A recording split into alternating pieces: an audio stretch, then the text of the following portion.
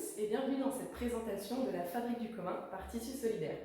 Tissu Solidaire est une association loi 1901 dont l'objectif est d'accélérer l'intégration sociale et professionnelle des personnes exilées à travers la valorisation des savoir-faire manuels et en utilisant la couture comme outil de médiation sociale.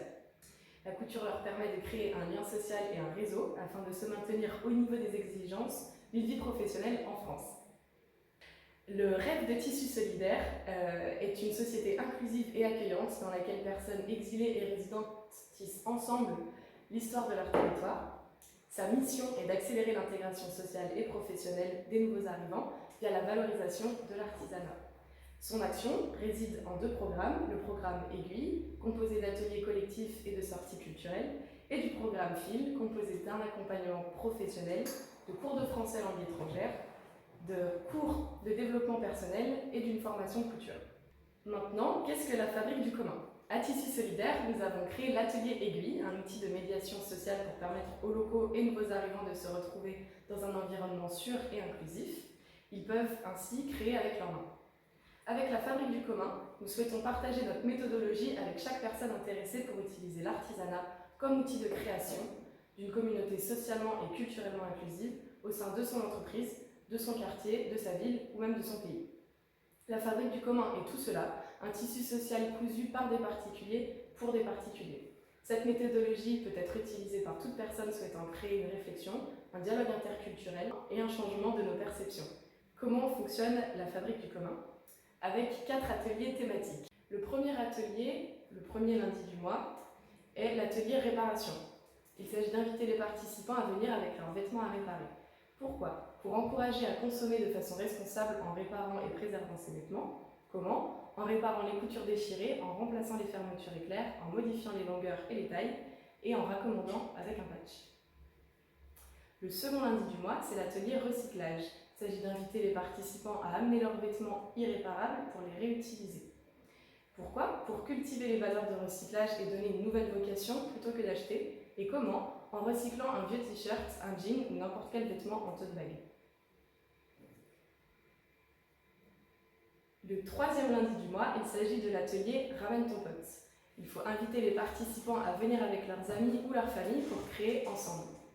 Pourquoi? Pour développer une culture de l'échange avec ceux que l'on aime autour d'une activité manuelle pour soutenir l'idée d'offrir des cadeaux responsables et réfléchis. Et comment? En apprenant à coudre un tote bag ou une pochette que l'on peut ramener chez soi. Enfin, le 4e et ou 5e lundi du mois, c'est l'atelier Les bases de la couture. Il s'agit d'apprendre toutes les bases de la couture. Pourquoi? Pour générer de l'intérêt autour de la couture, pour développer l'envie de faire ses propres vêtements et soutenir la consommation responsable. Comment? En découvrant les différentes parties de la machine, les outils et leurs fonctionnalités, l'enfilage de la machine et d'autres éléments essentiels de la couture.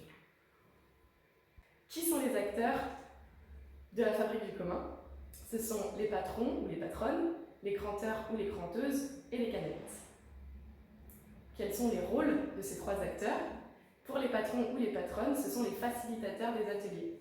Ils facilitent le déroulé, ils sont le fil qui maintient l'équilibre de celui-ci. Ils sont les gardiens de son bon déroulement, du respect des règles et du temps. Ils s'assurent également que chacun est impliqué, interagit avec les autres participants et accomplit les tâches qui lui sont affectées tout au long de l'atelier.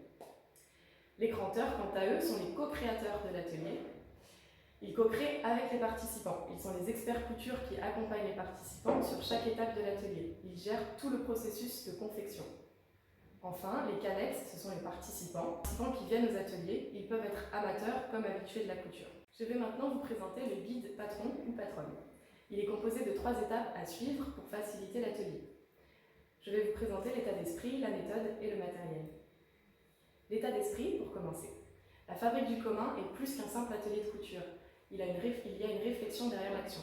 Au centre de ces ateliers, on trouve la collaboration, la convivialité et des échanges bienveillants. Nous avons tous quelque chose en commun et quelque chose d'unique à partager pendant l'atelier.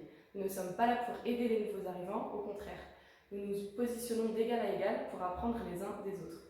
Nous sommes là dans le but d'exploiter le pouvoir de la couture tous ensemble pour construire une communauté inclusive, diverse et tolérante. En tant que patron ou patronne, il est essentiel que vous soyez les porte-parole de ces valeurs pendant les ateliers. Gardez une posture neutre et souvenez-vous que vous êtes là pour en faciliter le déroulé avec joie et enthousiasme. Les valeurs sont la solidarité et non pas la pitié, le respect de la diversité et pas de la différence, la collaboration et pas la compétition, le nous est plus fort que le je, tout le monde participe et est le bienvenu, le low-tech va de pair avec le low-waste, la co-création est la nouvelle innovation et l'aiguille est plus puissante que l'épée. Nos actions, arriver avant l'heure, préparer l'espace de travail, soyez moteur, réglez une minuterie, encouragez les participants, soyez accessibles, restez neutres, écoutez et souriez. La méthode maintenant. Cette section explique les étapes pour organiser un atelier. Bien qu'il s'agisse d'un processus plutôt linéaire, certaines étapes peuvent parfois se chevaucher. Ces ateliers sont souvent assez dynamiques et avec des participants très divers. Il est nécessaire de rester agile et de pouvoir s'adapter à tout type de situation. Chaque étape de l'atelier est associée à un outil que vous trouverez dans la prochaine section, dans le guide. Référencez le matériel et les outils pour vous les approprier. Vous pouvez également faire appel à votre imagination pour compléter ces méthodes. Je vais maintenant vous présenter les différentes étapes qui composent un atelier. Premièrement, l'inscription. Pendant que les participants attendent le démarrage de l'atelier, accueillez-les en discutant et assurez-vous qu'ils lisent, complètent et signent le formulaire d'inscription. Ensuite, l'introduction qui dure environ 5 minutes. Formez un cercle avec tous les participants et souhaitez-leur la bienvenue. Présentez-vous, quel est votre nom, d'où venez-vous, que faites-vous et pourquoi êtes-vous là. Présentez-leur ensuite rapidement Tissu solidaire. Ensuite, un échauffement, un jeu brise-glace et la formation des groupes pendant 15 à 20 minutes. Sautez, tapez dans vos mains, faites du bruit et bougez tout autour de l'atelier. Échauffez-vous avec les participants, tous les participants ont quelque chose en commun et chacun peut apporter quelque chose de nouveau. L'idée derrière ce jeu brise-glace est d'aider les gens à tisser un lien et à trouver un socle commun tout en apprenant les uns des autres. Vous trouverez une liste de jeux dans la section outils de cette méthode. Ces moments de jeu servent à créer une cohésion d'équipe, à créer des équipes de 2 ou 3 personnes selon le type d'atelier et le nombre de participants.